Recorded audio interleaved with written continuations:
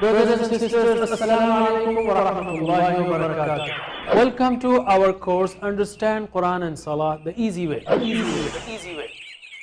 يقولون بالآر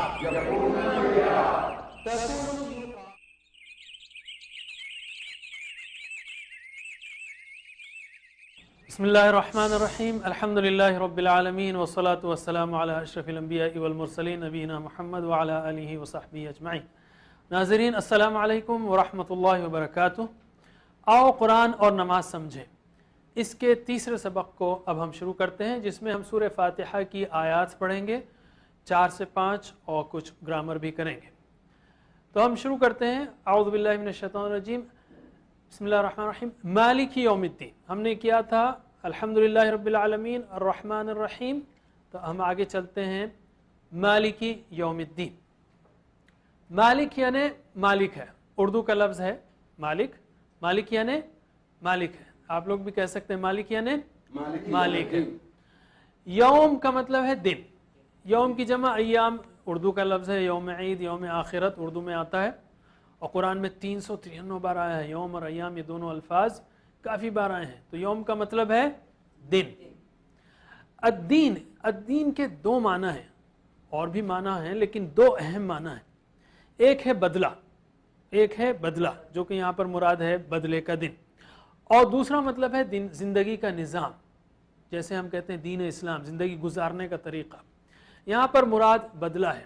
یوم الدین یعنی بدلے کا دن. مالک یوم الدین مالک ہے بدلے کے دن کا. مالک یوم الدین یعنی مالک ہے بدلے کے دن کا. کیا مطلب ہے؟ یعنی اس دن کوئی قوت نہیں ہوگی، صرف اکیلا اللہ تعالی ہی مالک ہوگا، حاکم ہوگا. اس دنیا میں اللہ تعالیٰ نے آزمائش کے لیے کسی کو کچھ اختیارات دیے ہیں، اصل میں مالک تو وہی ہے، لیکن وہاں پر تو کسی کو کوئی اختیار نہیں ہوگا سوائے اللہ کے، جیسا کہ اللہ تعالیٰ کہہ رہا ہے مالک یوم الدین. لیکن وہ سب سے بہترین اور عادل حاکم ہوگا، مالک ہوگا. کوئی اس وقت سفارش نہیں کر سکے گا سوائے اس کے جس کو اللہ تعالیٰ نے سفارش کی اجازت دی ہو. اس دن کی ہولناکی کو تصور کیجئے. جیسے میں نے کہا جب یہ آیتیں پڑھتے ہیں ہم تو تصور اور احساس جو ہے ہمارا میکسیمم ہونا چاہیے. تو اس دن جیسے سورہ عبس میں اللہ تعالیٰ فرماتا ہے کہ اس دن یوم یفر المرء من اخیہ و امہ و ابیہ و صاحبتہ و بنیہ، یعنی اس دن بھاگے گا انسان اپنی ماں سے، اپنے باپ سے، اپنے بھائی سے، ہر ایک سے بھاگے گا. تو ایسے بھیانک دن میں کوئی کسی کو پوچھنے والا نہیں ہوگا. اس دن کا مالک ہے وہ. تو اس آیت پر ہم کو ایک طرف امید بھی ہونی چاہیے کہ اللہ تعالیٰ اس دن ہمیں جزا دے گا، انشاءاللہ جنت کا انعام دے گا، اس لیے کہ اللہ تعالیٰ نے الحمدللہ بغیر پوچھے مسلمان بنایا. اب ہم جو ہے اس سے سوال کر رہے ہیں رحمت کا، جنت کا. تو انشاءاللہ اس دن ہم سب کو اللہ تعالیٰ جنت دے گا. اور ساتھ ہی ساتھ اپنے گناہوں کی وجہ سے، گناہوں کے انجام سے ڈرنا چاہیے کہ کہیں اس کی وجہ سے ہمیں عذاب نہ ملے. تو ان احساسات کے ساتھ پریکٹس کیجئے. ترجمہ کیجئے مالک مالک ہے. ترجمہ کیجئے مالک مالک ہے. یوم دن کا، الدین بدلے کے. پھر سے مالک مالک ہے. یوم الدین بدلے کے دن کا. یوم الدین بدلے کے دن کا. یوم الدین بدلے کے دن کا. مالک یوم الدین مالک ہے، ویری گڈ، مالک ہے بدلے کے دن کا.